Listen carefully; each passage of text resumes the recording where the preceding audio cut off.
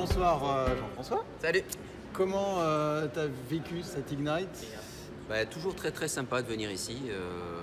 Comme disait notre ami Hakim tout à l'heure, c'est vrai que pas de super annonces, de gros effets waouh, mais plutôt tout un tas de fonctionnalités qui étaient en preview et qui là sont pensées en JA, donc c'était très sympa pour ça. Ok, donc qu'est-ce que tu retiens comme annonce ou comme, Alors moi je travaille beaucoup, ce qui m'intéresse particulièrement c'est la gouvernance et la sécurité. Donc c'est vrai que sur ce domaine-là, dans Azure, il y a eu pas mal de choses très sympas qui ont été annoncées. Par exemple, ce qu'on appelle Azure Blueprint. Donc Azure Blueprint, c'est quelque chose qui va permettre maintenant de déployer toute une infrastructure, mais toute un tenant quasiment, en se basant sur des modèles, en utilisant ARM, mais aussi dedans on va pouvoir y inclure tout ce qui est airbag, donc la sécurité en fonction des identifications. On va pouvoir y rajouter les policies. Donc ça aussi, les policies, c'est quelque chose qui va être très important pour la gouvernance dans Azure. C'est un peu la même idée que DSC en PowerShell en fait. Ouais, là, mais sauf qu'on va retrouver, alors évidemment on va avoir du JSON, on va avoir tout un tas de fichiers de description. En gros, on va configurer complètement toute son infrastructure et on va être capable, en appuyant sur le bouton, de la déployer autant de fois qu'on veut. Alors déployer les VM, ça on savait déjà faire, mais en plus on va rajouter effectivement toute cette partie habilitation, policies, les policies qui vont dire que par exemple tel utilisateur il peut créer 10 VM et pas plus, et ce genre de choses. Exact. Voilà. Donc ça, Blueprint, c'est pas mal. Autre chose aussi donc, qui maintenant est pas mal en production, c'est ce qu'on appelle Secure Score. Donc ça, Secure Score, ça va permettre dans dashboard de pouvoir rapidement évaluer la maturité, la sécurité de l'infrastructure par rapport à des bonnes pratiques.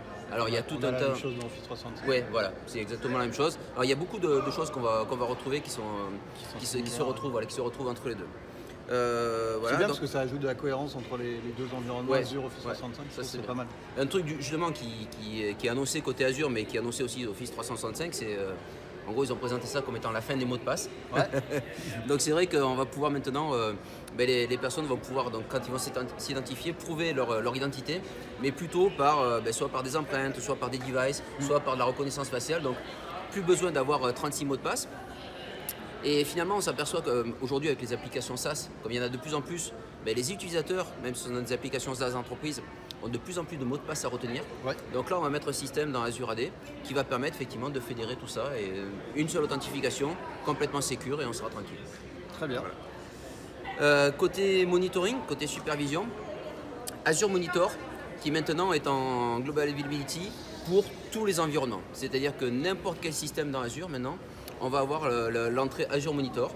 Okay. Donc on va pouvoir récupérer de cette manière-là tout ce qui est télémétrie, mais aussi tout ce qui va permettre d'obtenir des informations sur tout un tas de règles que l'on va pouvoir créer, on va pouvoir générer des alertes. Et ça va être disponible à tous les niveaux, dont le ressource group. C'est-à-dire que maintenant, on va pouvoir directement au niveau du ressource group avoir de la télémétrie et avoir des informations sur le comportement et l'état de santé de tout ce qui est dans le ressource group. C'est aggloméré au niveau mais avec des interfaces qui sont super, dont une qui va permettre de automatiquement cartographier l'application. Et on aura toutes les infos sur l'application en question. Ouais. Ça, c'est très sympa. Côté aussi, on va retrouver côté Azure Security Center quelques évolutions, dont entre autres un truc que j'ai trouvé génial, qui est la Network Map, qui va permettre de cartographier complètement le réseau et d'identifier quels sont les points du réseau qui ne sont pas compliant avec les bonnes pratiques ou sur lesquels il va falloir faire évoluer un petit peu la sécurité. Voilà. Autre chose aussi que j'ai trouvé assez sympa, et j'étais en session juste avant là-dessus, donc c'est ce qu'on appelle le Azure Resource Graph.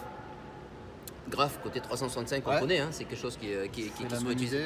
Voilà, donc là c'est la même idée et ça permet de répondre à un truc tout simple, c'est combien de temps vous passez pour essayer de savoir combien vous avez de VM qui ont du Windows Server dans votre tenante. Voilà. Pour répondre à cette question-là, jusqu'à présent, c'était assez galère parce qu'on n'avait pas ce qu'il fallait pour le faire. Et là, en gros, on va avoir une ligne de PowerShell et automatiquement, ça va nous sortir la liste de toutes les VM classées par operating system, classées par localisation géographique. Enfin, voilà. C'est vraiment fait pour requêter son environnement Azure. Et ensuite, une fois qu'on a le résultat de cette requête-là, on va être capable d'appliquer des policies au résultat. Voilà. Okay. Donc pas mal d'annonces sur le sujet, sur la gouvernance. Très grosse session sur la gouvernance dans un grand amphi, il y avait plein de monde, donc ça montre bien que c'est un sujet du moment. Super, on se dit à l'année prochaine alors. Avec plaisir. Au revoir. Ciao.